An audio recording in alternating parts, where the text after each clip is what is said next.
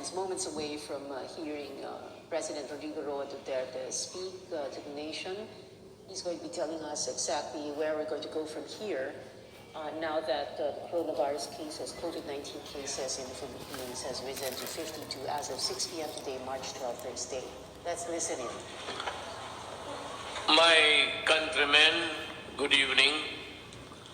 I am now addressing the nation together with the civilian, military, and police sectors, the organizations that would count in our enforcement of the laws to protect the people of the Republic of the Philippines.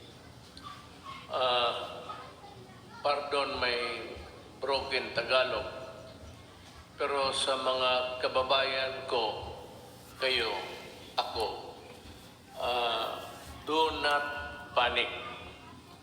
Huwag kayo masyadong may stress na parang hindi mo na magawa ang gusto mong gawin. Pwede pa rin, pero may restrictions tayo. May mga kondisyon dahil nga sa crisis. The crisis is very, very clear. COVID-19 is spreading all throughout the country, including the Philippines. Ang ano natin dito is there is no cure. Wala naman tayong mabili sa mga butika, pharmacy to buy the medicines to cure COVID-19. It's a virus. Ang manglaban lang natin dyan yung katawan natin na medyo in good health, na walang sakit. Yung medyo mahina, make yourself healthier by whatever means, maybe food, vitamins, but most of all, try to obey what government is suggesting or ordering you to do. Huwag kayong matakot, huwag kayong manervyos, pero wala pang, sabi ko, mga antidote nito. It would only come in the form of a vaccine. Kagaya ng kakating kayo ng aso, tapos there is the tawag nilang rabies or rabies, if you may, pang-away. Sarili rin yung it's a form of their germs, mutate lang to fight, to warm our bodies, magbigay ng signal sa katawan natin na merong mga germs na pumapasok sa katawan mo, and the only way to fight it is to yung mga sundalo na tawag nila antibodies, yung pang-away mo sa mga madudumi, mga kagaw germs,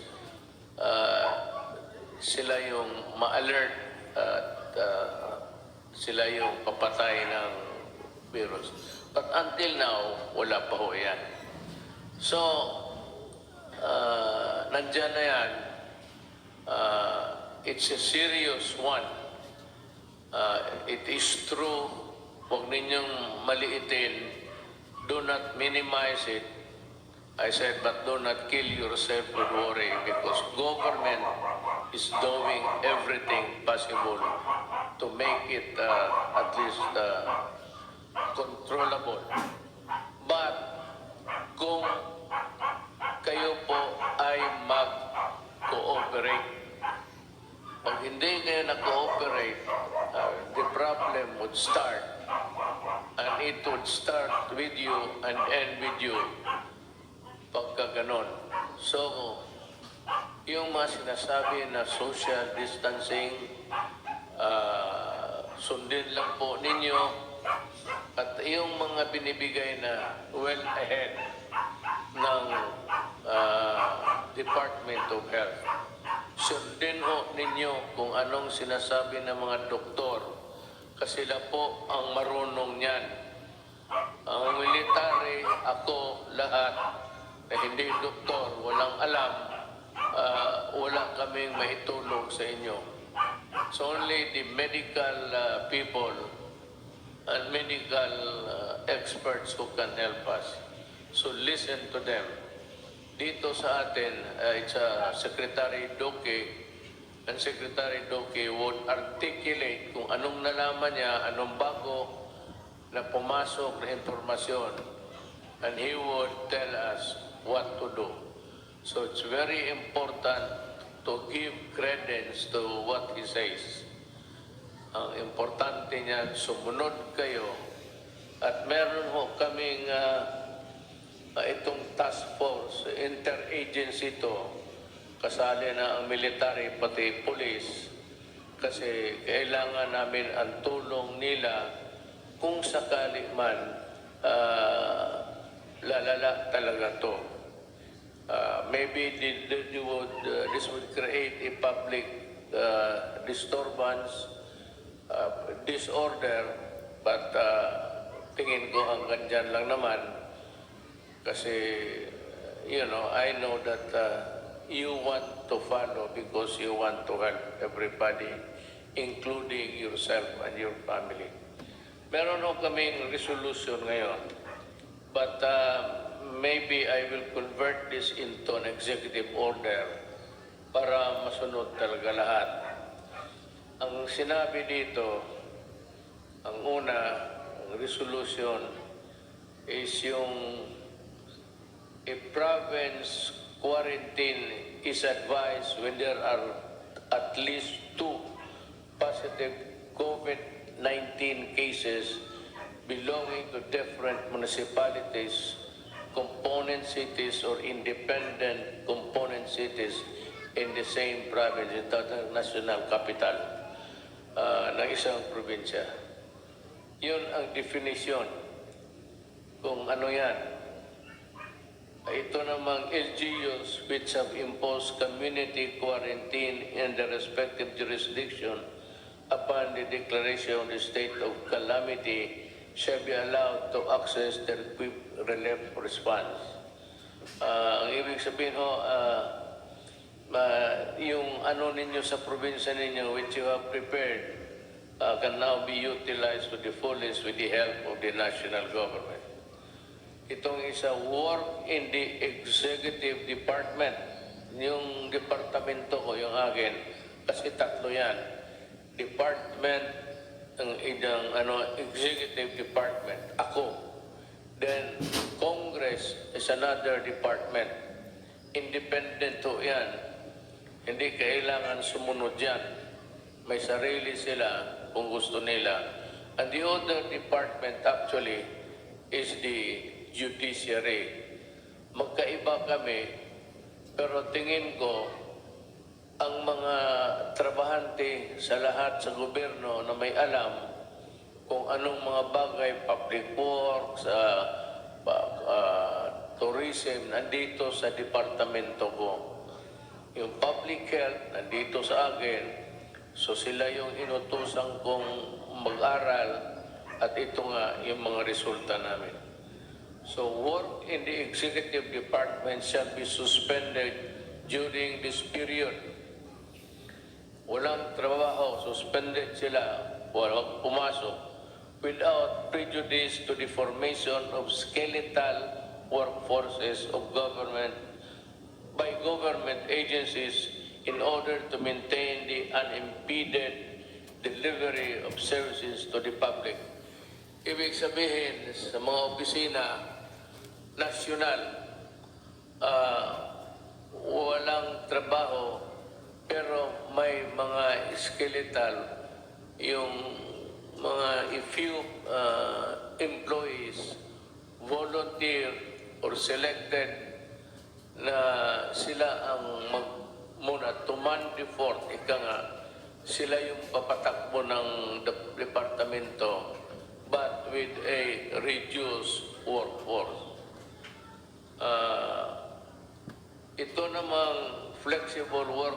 encouragement shall likewise be encouraged in the private sector. The Department of Labor and Employment and the Department of Trade and Industry shall issue guidelines to safeguard the welfare of workers. All manufacturing, retail, and service establishments are advised to remain in operation during that period, provided that strict social distancing measures are required to be observed by the respective management.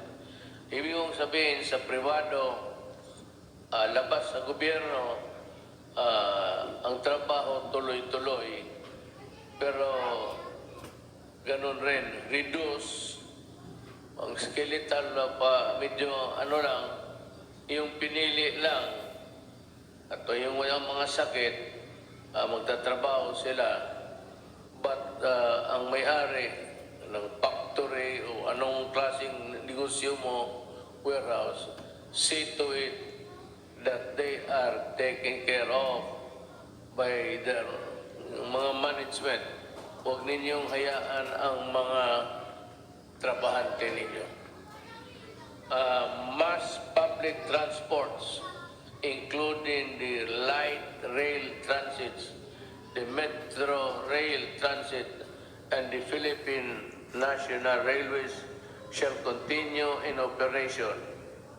Tuloy-tuloy ang trabaho ninyo, provided the Department of Transportation shall issue guidelines to ensure social distancing in said public transport. Ibig sabihin, tuloy-tuloy ang trabaho ninyo, pero social distancing, yung distansya mo to the other fellow, medyo malayo. Kasi pag nag-ubo siya o umatching, at least ang yung germs niya hanggang doon lang, hindi niya maipasa because there is the distance. Kaya it behooves upon the transportation department to come up with the guidelines based on what the health department orders. Lahat dito po, ang pinaka-importante, pinakatigas, ika nga, ang Department of Health. Kung ano man ang gagawin natin, kung anong iutos nila para sa atin, susundin talaga natin. Hindi ako, kung hindi si Dr. Duque ng DOH. Land, domestic air, and domestic sea travel to and from Metro Manila shall be suspended beginning 15/2020, March 15, 2020, and to end on April 14, 2020 sa alas 12, subject to the daily review by the Interagency Task Force. So, walang lumipad. Ang mga travel is limited. Pero itong mga railways sa baba, okay yan. At the same time, observe again social distancing. Pero sa aeroplano po, beginning March 15, 2020, March 13 tayo ngayon. 12. March 15, midnight, from, it takes its force and effect. So, tandaan ho ninyo yan. Pero subject again to review day to day. Tingnan namin kung ano ang nangyayari. Kung if there is slowdown in the contagion or ganun yan medyo mawala lang ng kanya, that is the history of itong mga sakit na ito. They come and go in every 2 or 3 generations. Meron talagang problema na itong binigay sa atin at wala tayong magawa.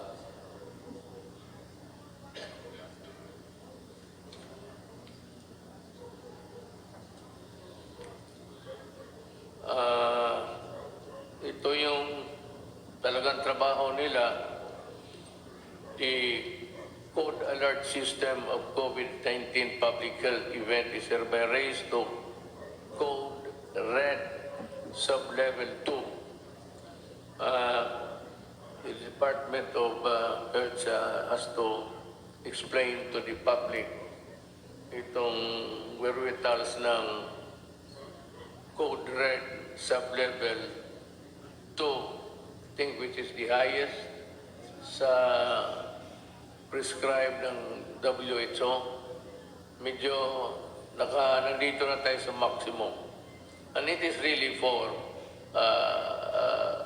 the protection of humanity. The recommendations of the Department of Health Technical Advisory Group in imposing stringent social distancing measures in the National Capital Region are adopted for a period of 30 days from the issuance of this resolution with salient points, yung mga importante, of which are as follows. Yung mga importante na nakalagay doon sa social distancing measures. The suspension of classes in all levels in Metro Manila is hereby extended until April 12, 2020. It's almost about a month. O sa walang klase, pwede kayong magbakasyon dyan lang sa bahay. Avoid, I'm sure may mga bagay-bagay dyan sa bahay na hindi pa ninyo nakita. If I were a student, estudyante ma rin ako noon, I would avoid yung mga bar, ano dyan, mga nightclub, maraming tao, where people congregate, tapos nandyan malapit kayo. Mag-ubo yung isa, mapasa niya. Pag nakuha mo, nag-ubo ka, pasa mo rin doon sa kabila. So they try to avoid people, crowds. Yun, for your own protection. Huwag kang, may mga tao kasi, na magsabi, wala yan. Kung patay ka, patay. Tama. Pero kung patay, patay ka rin talaga. Wala rin tayong magawa. So, kaawa naman ng nanay, pati tatay ninyo. So, better just stay within the premises of the house. If I were you, alam ko na kung anong gawin ninyo. Bili kayo ng cellphone na marami. Wala naman kayong ginawa kung hindi magtulbok-tulbok rin dyan eh. I mean, everywhere that I look. Dito sa walang pakialam ang tao. Sige, nandoon na sa cellphone. So, we are reduced to one village. O, mas malapit. Instead of talking, you have your cellphone. And that is a benefit which was not given us during our time.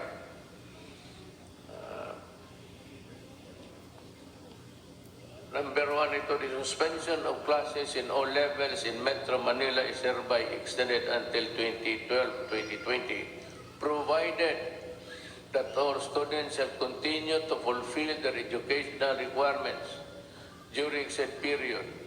Anong ibig sabihin? Kung wala kang magawa, sabi ng gobyerno, mag-aral ka. Pero ito, hindi ko inaasahan susunod din, sundin ninyo. Ang sigurado ako, yung kamay ninyo, nandyan sa cellphone yan, instead of studying. I'm sure of it. But for you guys, who really want to improve your lot, you better make use of the time to study. Because, alam mo, mga anak, kayo mga bata, kayo yung mamatay na hindi makalabas ng bahay. Then you make all sorts of excuses. But there will be truant officers. Alam mo yung truant? Yes, it's an American practice. Pag makita ka sa labas, pasakay sa palaboy-laboy ka lang dyan, wala kang ginagawa, sisigaw-sigaw kayo, lalapitan kayo ng police pati military, tatanungin kayo, then you have a problem. Pag sinabi mo na wala, nandito lang kami sa labas, and then, maybe, if you are arrogant, dadalhin ka sa stasyon for record purposes. But you are disobeying, that you are intransigent, and that you are not fulfilling your duty. Alam mo, baski na there are a set of rules governing the responsibilities of a Filipino citizen. Baka hindi nyo alam yan. Meron yan. So, you have duties to perform also. Avoid trouble with the law, avoid trouble with anybody, just in the meantime, follow. Better just stay home and study. That is my advice. So, kung ayaw ninyong sundin, you stick with your cellphone. Ang gagraduate niyan, ang cellphone mo, hindi ikaw. Wala tayong magawa.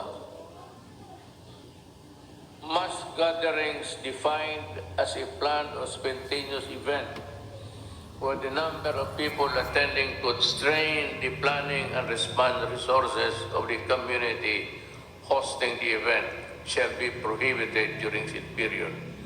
Yung magplano, whether nakaplano kayo ng meeting o may rally, either naplano na ninyo, spontaneous na, sige, ano tayo, gawin ito natin, total wala na rin tayong gawin, ganito na ang magsayawan na lang tayo. I do not want anybody interfering in your enjoyment as a citizen of this republic. Ayaw ko na masita kayo ng police pati military. It could be messy. Kasi yung iba sa inyo suplado. And itong mga police pati military, they have their orders to enforce. So that if you are in this category of a grupo kayo tapos pag malapit, yung social distancing is no longer obeyed. And you are violating the rules. And if you insist, it is one of a just mere confrontation to something like disobedience, which is punishable under the revised penal code. Kung makipag-away ka, it becomes, baka masuntok mo then it becomes an assault on an agent of a person in authority. In which case, from a simple violation